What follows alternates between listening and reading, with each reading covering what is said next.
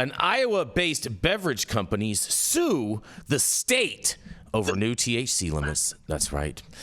2 Iowa companies are suing the state over its interpretation of a new law that restricts THC levels in adult beverages. Climbing Kites, a Polk County beverage manufacturer, and Field Day Brewing Co., the Johnson County producer of the Daydreamer line of cannabis sparkling water, are suing the Iowa Department of Health and Human Services in U.S. District Court. The lawsuit has its roots in the state legislature's passage of the Iowa Hemp Act of 2019. That law, along with the 2018 Farm Bill passed by Congress, excluded hemp from the state and federal definitions of marijuana, effectively legalizing hemp production across the nation and in Iowa. The state law not only cleared the way for the production of hemp in Iowa, but also contemplated the production and sale of hemp-based consumables within the state. In 2020, a second hemp bill was approved by state lawmakers, establishing a consumable hemp program and approving the production of consumables with a maximum THC concentration of 0.3% or less, the same threshold established in federal law. In 2023, 2 separate groups of investors launched Climbing Kites in Des Moines and Field Day in North Liberty, and the 2 companies soon began producing canned beverages that contained carbonated water, citric acid, natural flavors, and hemp-derived cannabis oil.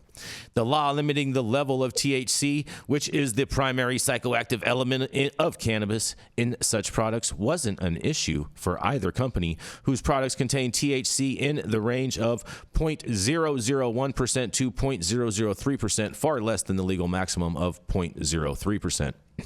In 2024, state lawmakers began considering legislation to further restrict the potency of hemp consumables, and despite opposition from the consumable hemp advocates, the Epilepsy Foundation of Iowa, and others, House File 2605 ultimately passed both chambers and was signed into law by Governor on May 17th. The new law stipulates that THC or THC concentration in a consumable must be less than or equal to 0.3% of dry weight basis, or equal to less than 4 milligrams per serving. With the new law scheduled to take effect on July 1st, DHHS recently issued written guidance for current manufacturers and retail sellers to follow. According to that guidance, DHHS intends to implement potency limits by altering the definition of a serving to 1 12-ounce can, which when combined with the new statutes of limitations means a can of Climbing Kites or Daydreamers cannot include more than 4 milligrams of THC. According to that lawsuit, that limits and conflicts with the statute that says the consumables may contain up to 10 milligrams of THC per container. The result, the 2 companies claim, is that the department will criminalize all of their beverage containers smaller than 12 fluid ounces once the new law takes effect on July 1st. They argue that approximately 80% of their current inventory will become illegal because DHHS's interpretation of the potency limits, and they say products that account for approximately 85% of the plaintiff's revenue will become illegal because of the department's interpretation, the lawsuit claims.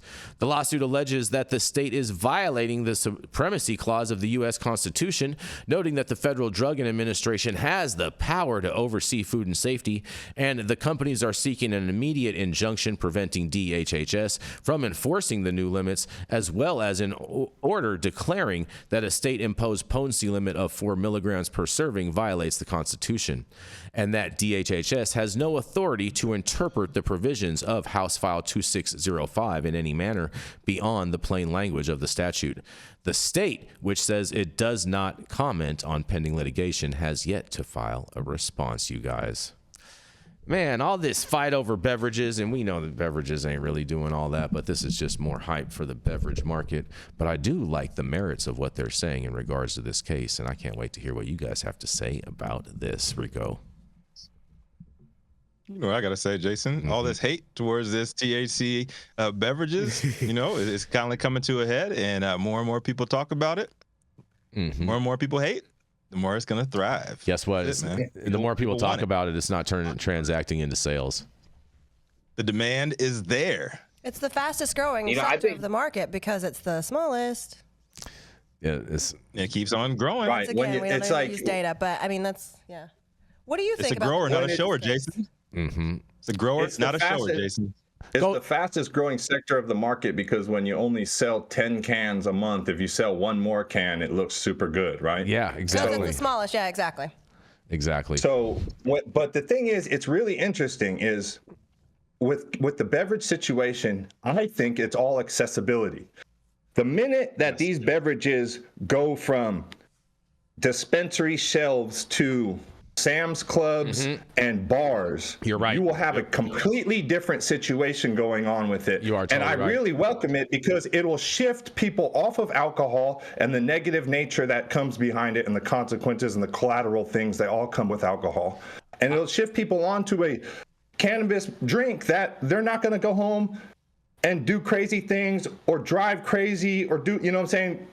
In theory, I know some people can't handle it. This isn't like a blanket statement, but my point is it'll shift people off of the dangerousness of alcohol and onto cannabis, and that's what's really scary to the alcohol industry. That's why they fight. Crazy? You know what's gonna be crazy? Is the college parties. Can you imagine playing beer pong with some cans? So let me tell you. Let me tell you guys. These college parties would be. Let me tell you what's really happening. How many milligrams are in a keg?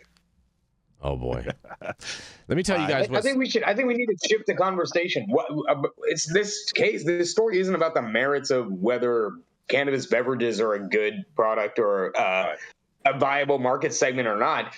This is a classic case to fuck around and find out for the government of Iowa, because if they had a robust medical or adult use system here, this case wouldn't have the grant no merit standing that it has, hiding behind the supremacy clause of the Constitution, because they would have a state regulated system that would supersede that in the first place. I agree with that assessment right there, most definitely. Spot on. Mm-hmm. But I mean, with these beverages, man, these guys, what's really happening right now in California, and is also happening across the country in a lot of backdoor conference meetings and whatnot. But a lot of the liquor beverage distribution companies are lobbying the states for them to be able to sell all of these products throughout anywhere that you purchase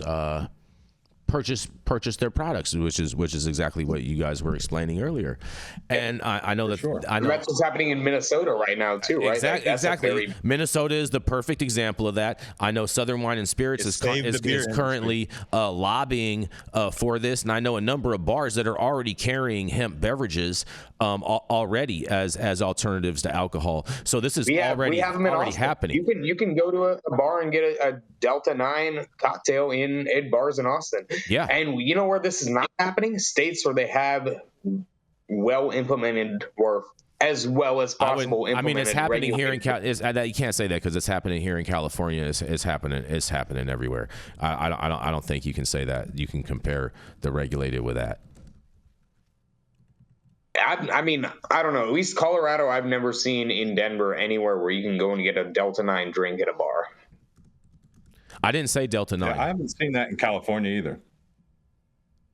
But that's what you can get. Next time you're down here, Minnesota. Next time you're down here, Luke, I'll go in and I'll show you. You'll be like, holy shit. Let's do it. Yep. 100. I mean, I can't even consume hemp, but I'll go in and watch you consume. Well, I didn't even say I was going to consume it. I was just going to show you that it's on the shelf and people are consuming it. Oh no, we got to go in and you got to drink it. We don't believe that people are consuming it until we watch you consume it, Jason. I'm not drinking none of that shit, bro. No way. We're gonna need some super chats if you guys want to see something like that. Super anti-drink. Not a chance. It ain't regulated. Yeah, it ain't regulated. I'm not drinking that liquid disty. I'd rather just have water. That's what's in 99% of the can anyway. Hot dog water, baby. Liquid death. You'd rather have liquid death than liquid disty, ain't that right, Jason? I mean, liquid death is quality water. Let's not. Liquid death is good water. It is good water. Cursed or not. That's what I'm saying. Cursed or not. Come on now. I was giving him a shout out. Mm-hmm. Hydrate the world, man. Mm-hmm. Liquid death if you're like a. I actually, my favorite one, my favorite one is ape water. You guys, have you guys tried ape water yet? Jason. Ape water. It would be, Jason. Shut up. It sounds very, very suspect. No, check this out. Ape water. It's a real product. This is a real product. Real product, bro. I'm not fucking gaslighting you, bro. Ape water. Yeah. They got the sounds like QR codes. When did that come out? Hold on, and how about we talk about that tomorrow? And hold on, and they do collabs with companies so you can put your own logos and shit like this on the cans. Is Ape Water paying us right now? Because if not, they definitely should be. Right. I agree with you. Because I was going to say the only water that I usually drink is tap water. Look at that. Look at that.